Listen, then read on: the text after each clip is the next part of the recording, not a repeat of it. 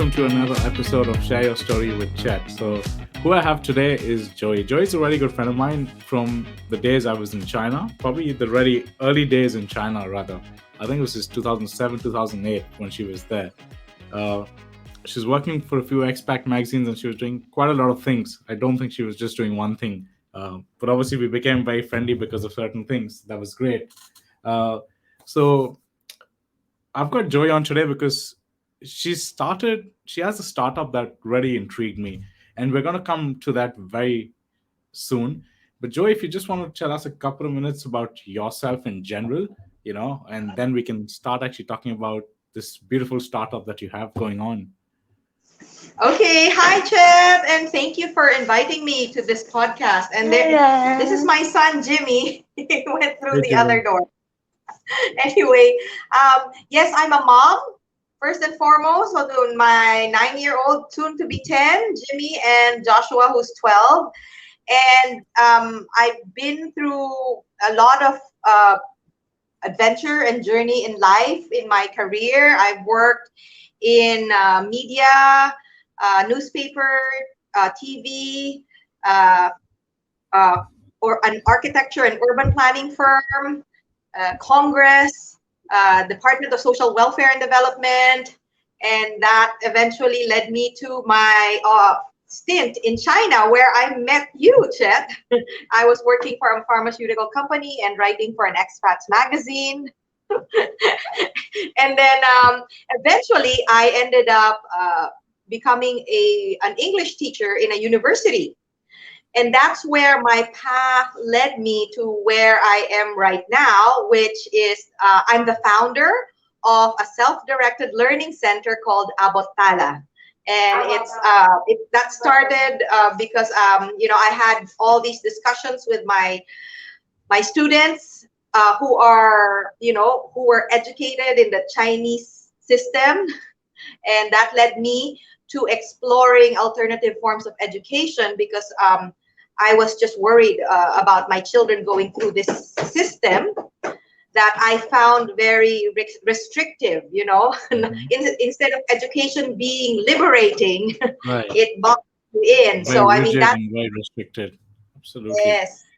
Yeah, that makes sense. And that's something I was going to actually ask you, like, so you were searching for Abot Tala or something like that. You didn't really know the concept, but you were just searching for something which was different to the usual learning centers or school. Was that one of the things that led you to discover it? Did you actually go looking for it? And I know you went to the States.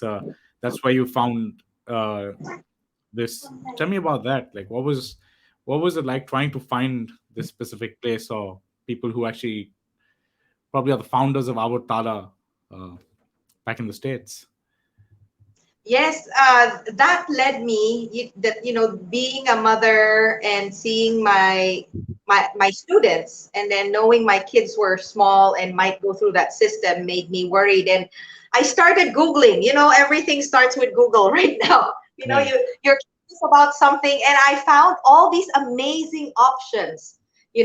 Options that I never knew existed in different countries around the world. They were democratic schools, free schools, learning centers that did not adhere to the traditional notion that we had in school. Grades. You had to perform. I mean, these centers were like, oh, I didn't know there was such a thing. And my husband and we took our kids to a journey. We drove. Our dream was to drive around the world. We drove from north to south of China. We drove in Bali, and then we drove from San Francisco to New York in the U.S. Mhm. And during all that time, we were visiting Right. alternative centers, progressive schools or centers for homeschoolers or unschoolers or self-directed learning centers.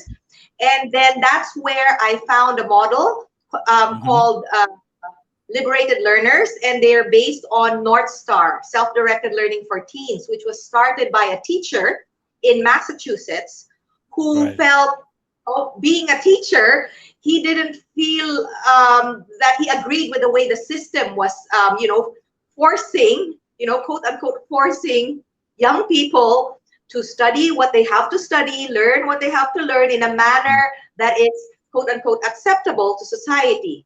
Right. And then that's what I brought back here to the Philippines, coming back from China. Right. So why this specific one in the States? Because like you said, you've been to so many different places and you were discovering about these different learning centers. Why, what was it about this specific one that really caught your eye?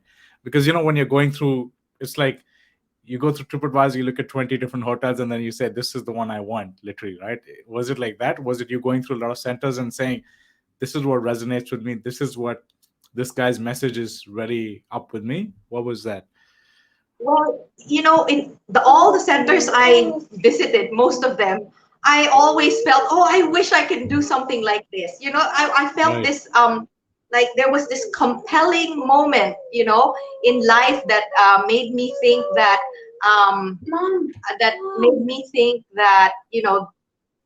there's something about this model that I really want to bring to the world. Um, but with the North Star, what I loved about it is that it's primarily for teenagers, okay? And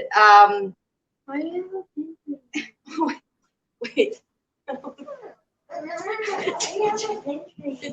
Right, Yeah. which is as a mompreneur, right? Like, what are and what were your daily battles trying to set this up? Because My being goodness. doing a startup is just one part, right? Yes, for us it Yeah. looks like, wow, I'm doing a startup and all that, but then for you, your duties are far beyond just a business, right? Because you've got a whole family to take care of, you've got so many things happening. So what were your daily battles when you were especially starting out? Let me put it this way: when you got this to the Philippines, right, when you were in the process, what were your challenges? How were you dealing with it? How was it on your family? What was it altogether to actually start this thing up? Because it's a big thing to bring new education to a country, right? Like, I think this is the first of its kind in Philippines as well. So yeah, just tell me. Okay.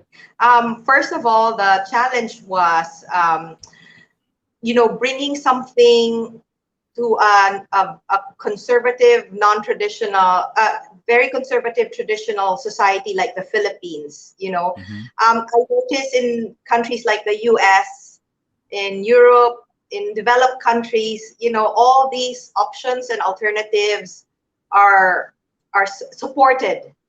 Right. I mean, it's a challenge, but it's Mm. even more challenging in societies like the Philippines that tend to be more closed. Right. So the parents are not open to this type of option because they still think of the name schools, the reputation, and I guess this is pretty much true around the world. But in the US, going to all those places, it was just amazing, Mm. and I wouldn't imagine that happening in the Philippines. Now, the second challenge, I think, is for all startups is the financial aspect. So I set aside funds for this, Brilliant. and it's a profit. And the challenge that continues to hound us till today is sustainability. And our sister brother centers, we're part of this liberated learner center. They're facing the same challenges in the US, except that the economy there is different. So it's more supportive of this type of education. Although there are liberated learner centers that have closed down, and if you run this kind of operation, you will understand why. It's a very small operation. You're not doing it for the money. And I was hoping that we could raise funds, but again, finding people who believe in this wholeheartedly, 100%, is a challenge because um, they're you know you don't meet them every day. Okay. I agree. Yeah. Now we come to the third challenge is the family. I was criticized by my family for working on a nonprofit. What good will this do? And it was hard for me to navigate that sometimes. And also with like my kids, I wanted my kids to go to Abot, but the thing is when the lockdown happened and we had to go online, and I didn't think online worked for my kids, so I'm doing something else with my kids. So I mean, at different layers and levels, you can see the challenges. But Mm.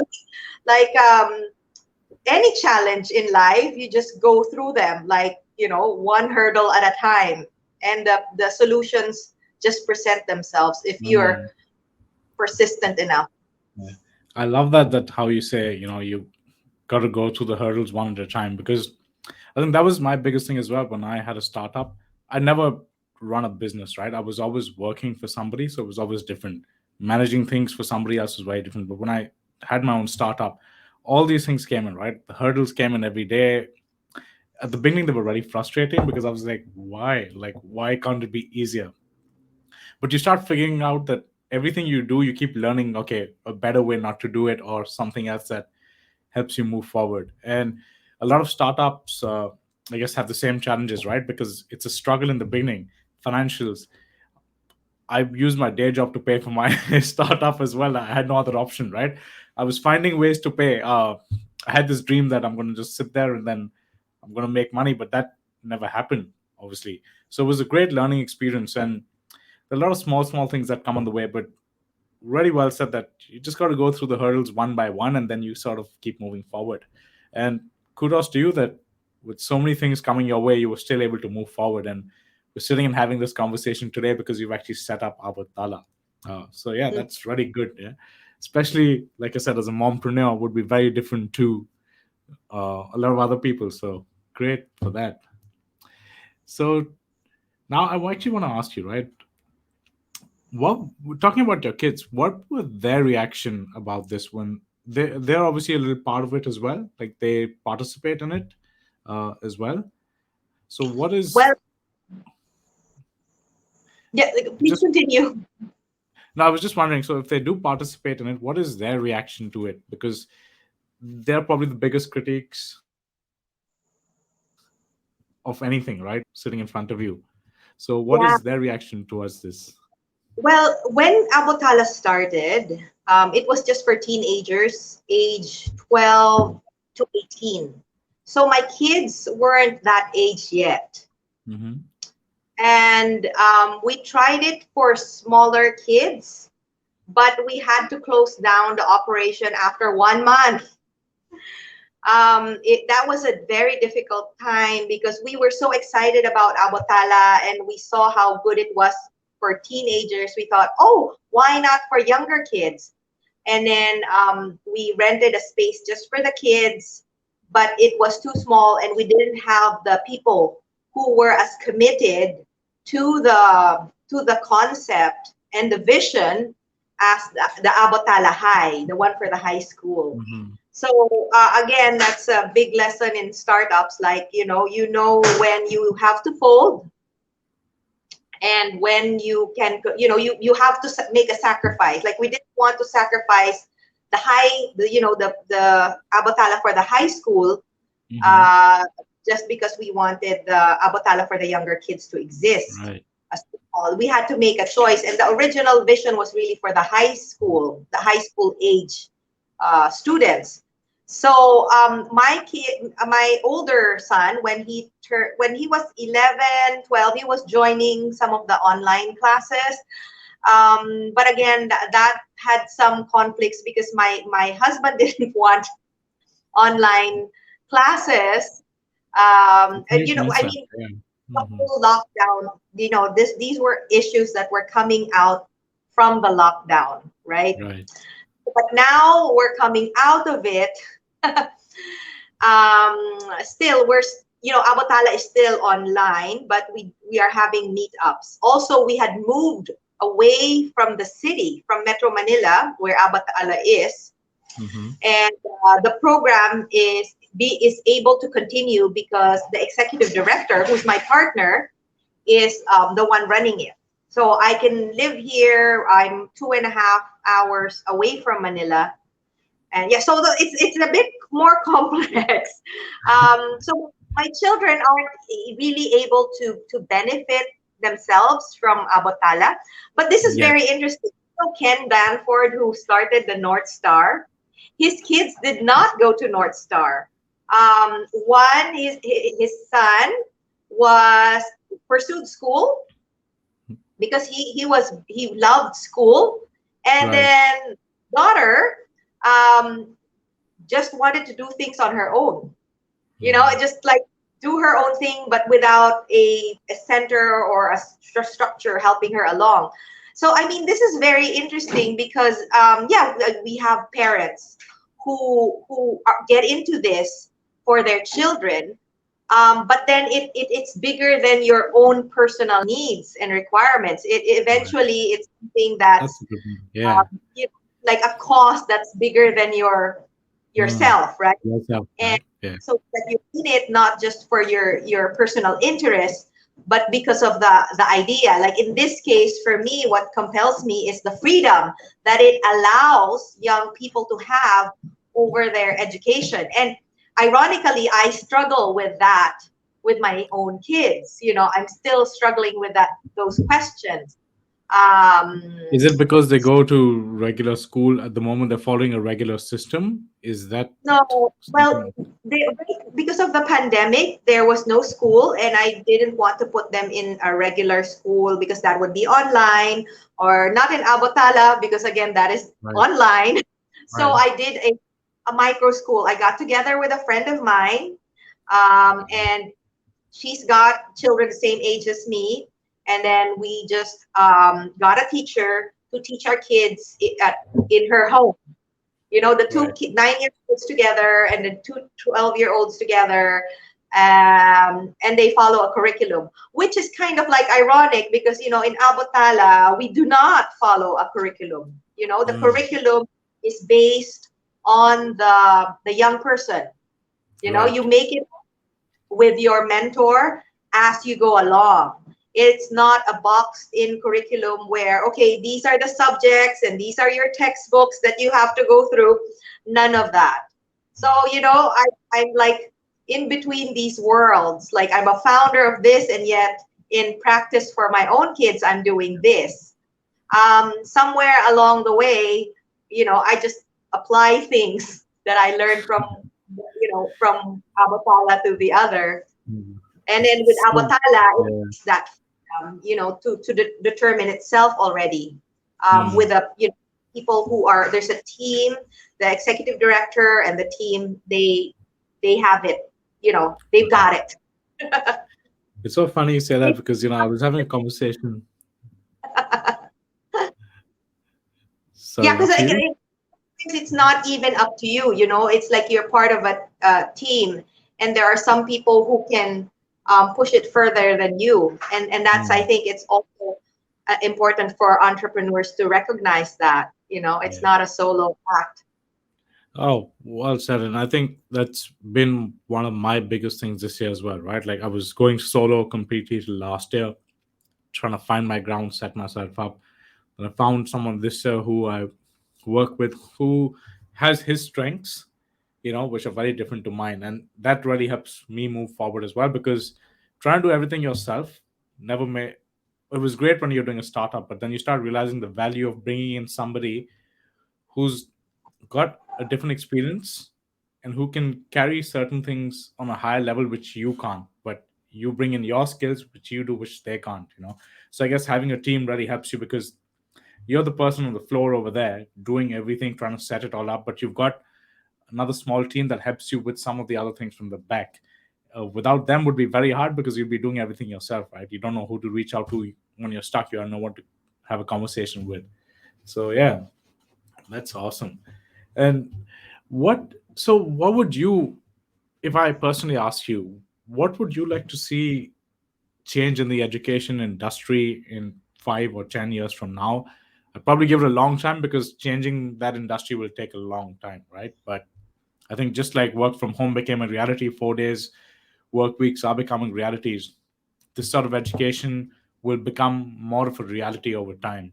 I don't think it's going to take us 50, 60 years, but I think in the next 5 to 10 years, they're going to start popping up slowly in certain places because you've got one in the Philippines now, right? Nobody ever thought about it. So it's there. But what is your take on education in 5 to 10 years from today? Or what would you like it to be? Well, I think going through this global crisis has made us realize a lot of things about education that probably uh, people who were advocating for more non-traditional means and methods were very strongly advocating it, but now helped along by this, what happened, parents Mhm. realizing many things about homeschooling, right? And what I feel education is headed towards more and more is, being more open to alternatives that Mm. are, not within the realm of the traditional boxed curriculum, grades, the importance on grades and all that. But the thing is, I don't know how to what extent society will change. Of course, the idealist in me would always say it'll happen in the future. It's just a matter of Progressively. when. Yeah. Hmm. And depending on how optimistic I am during the mood of the day, it could be very, very far into the future, or who knows, just around the corner, right? Like, Right. after a few years. Um, but the thing is, what I'd like to see is more of us, more of centers like Abot Tala popping up. And the thing is, there are many movements actually around the world. That there's the International Democratic Education Network. There's the Alternative Education Resource Organization. That's the US. The IDEC is worldwide. And I've attended a conference where they're like people from all over the world doing this sort of thing, but different Mhm. models, but all learner centered, all giving more freedom and control to the learner rather than the system or the institution, Right. right? That's been set up And for so many years. yes, just these options continuing to grow, I think is a big thing. I don't think it's an objective to eliminate the traditional way because as long as parents and society feel there's a need for this, for that sort of education, it's okay. But there will be more and more parents and families who will be discovering, hey, my kid is not thriving in that kind of environment where there's Right. so much pressure and that there's so much expectation. And if you read about the history of this sort of education, it goes back decades and decades.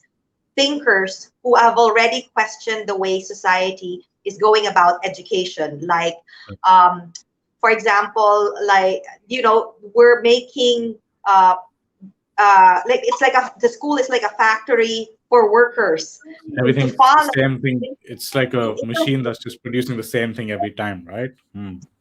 Yes, instead of like Yeah. creating innovators who are in charge of their own future. um that is what ideally we should be going towards, right? Yeah. And I think the environment right now, it will just continue to grow, and all we need to do is to pay attention, focus attention, bring it out, tell people about it, and Educate who. them and then progressively let it come in. And I think this Yeah. would be something that would be awesome if the governments would fund it eventually. But to be part of the regular school as well, to actually start by having one or two, I guess you call them periods or whatever, where people actually saying, okay, this is your free will period, right? So now you get to choose whether you want to learn computers or you want to learn dancing or you want to, I don't know, learn anything. So yeah, I really like this concept because I was talking to someone and we were having the same conversation, and this gentleman was like, I don't want to send my child to regular school because I don't believe in that system. And I'm the same, right? Because I think I thrived after I left school. Like it was really weird, right? Like in school I was really bad, but the moment I left school, I was thriving at so many different things, which I never thought I could because I always based myself on the grades that I got in school, which were really bad. And I didn't realize at that time that there was more than that. That wasn't what life is all about, right? And I think that's what I don't like when you tell them that if you get great marks, you're going to do well. That actually has nothing to do with life. Um, but again, like I don't know, I really like this concept, so I find it very very very cool, and I love it that you brought it into Philippines. I've spoken about it, I've thought about it, but I've actually never heard somebody doing it. That's why I was really excited about what you did as well, Joey. um, Tell me about the mentors. Now you call them mentors, which are teachers technically. Tell me a little bit about them. What are their skills, and what are you actually teaching the children? What are certain things a child could learn coming to Abot Tala? Uh, Yeah. Well, about the concept of a teacher, the traditional way is, the teacher is pouring the water into the glass, right? Um, and here, the starting point is the child, the young person already has everything in them. All you need mhm. to do is bring them out. And I think that's the role of a mentor that I think is so beautiful. I'm very grateful for the mentors I've had in my life who it's like they believe in you more than you believe in yourself. And I think that's what every one of us, the child in us, the child who was in us, the child that is right Mhm. now and will grow up, needs that person who believes in them no Very true. matter what, right? And that's the beauty of mentorship, and also the quality that we'd like to bring into in this community that is nurturing. Um, it's not about the numbers of mentees that you have. You have to keep it small. I mean, that's why it's a very challenging business model as Mm. well, because we can't go beyond, for example, one mentor having more than uh, Four kids or 10 something. 15, right? So Yeah. because you have to maintain that the quality of relationship, and here the relationship takes precedence over the usual academic uh, considerations, right? Mm. And so we're happy also about the mentors that we have, and they're happy finding Abotala because as the journey of I mentioned Ken Danford, he's a teacher who went into this journey of questioning what am I doing here in class, requiring all my students to take these tests and do these projects, and they're not doing it out of their free will. And there are teachers out there who are teaching in schools who are, starting to think in their heads, wait a minute, There is why? another They're way. Yeah. into that point in your life when you're just questioning. And these are valid questions. And what Abotala and other self-directed learning centers around the world are providing is the means not only for the young people to thrive, but also those teachers who want to be More mentors, open to want to do facilitators. something different. They want to actually implement things that they know, right? Yeah. Facilitators, and it's not like Mm. oh, I have to make all these lesson plans and submit it, and it has to go through this laborious process, and the essence of the essence of education gets lost in the way because it's very Right. bureaucratic. It becomes very bureaucratic, right? Right. And here you're practically eliminating bureaucracy. That's beautiful. Like I really think like this is one of those concepts that's in the very early stages. As we know, it'll take some time, but it's gonna happen eventually. And it was also like a lot of people who, because of COVID, the pandemic, they really fast tracked their whole lifestyle, right? Like the great resignation, people leaving their jobs, people trying to do something else. It's all about progressively growing yourself, right? And suddenly we were adapting concepts. Like I remember literally, it's a small thing, but when I heard work from home, I used to be like, how do people work from home? And I was in hospitality, and I was like, I'm never going to get that life ever, because for us it's about working on the site, right? And it finally happened, and I was like, wow, this is new, right? And I guess it's the same thing for you as well. He's sneaking at the back. That's awesome. That's my But older son. yeah, was he the older one? Are they wearing the same T-shirt? This is a fun interview. Yeah. But Mm. he's different. He's my older son. So I'm gonna finish off this interview, but I'm gonna ask you this last question, right? How does this fit into your life moving forward? How does Abot Tala actually fit into your lifestyle or your life moving forward? Because it definitely, it's, you are very passionate about it. Otherwise, doing this a non-profit, non-for-profit business, a hard business model is not for everybody, right? But how does this fit into your lifestyle moving forward? If you look at yourself 5 years from now and just say, where do you want to see Abot Tala? How do you want it to be a part of your life? Well, first of all, I hope that our goal towards sustainability will be met. Mm-hmm. We'll be able to find more and more supporters who will just lend a hand for Abotala to continue to exist in a sustainable manner.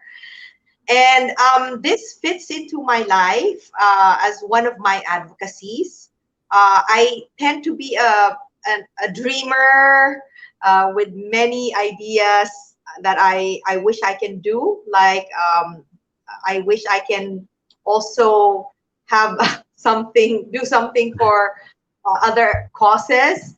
Right. And and Abatala, I started this 3 years ago, and we're sort of in a transition phase, pushing for sustainability. So as Abatala becomes more and more sustainable, I'd like to get involved in other advocacies, or to take Abot and see how Abatala can also be supporting those advocacies, whether it's separate or Mm. together. It's all up in the air, right?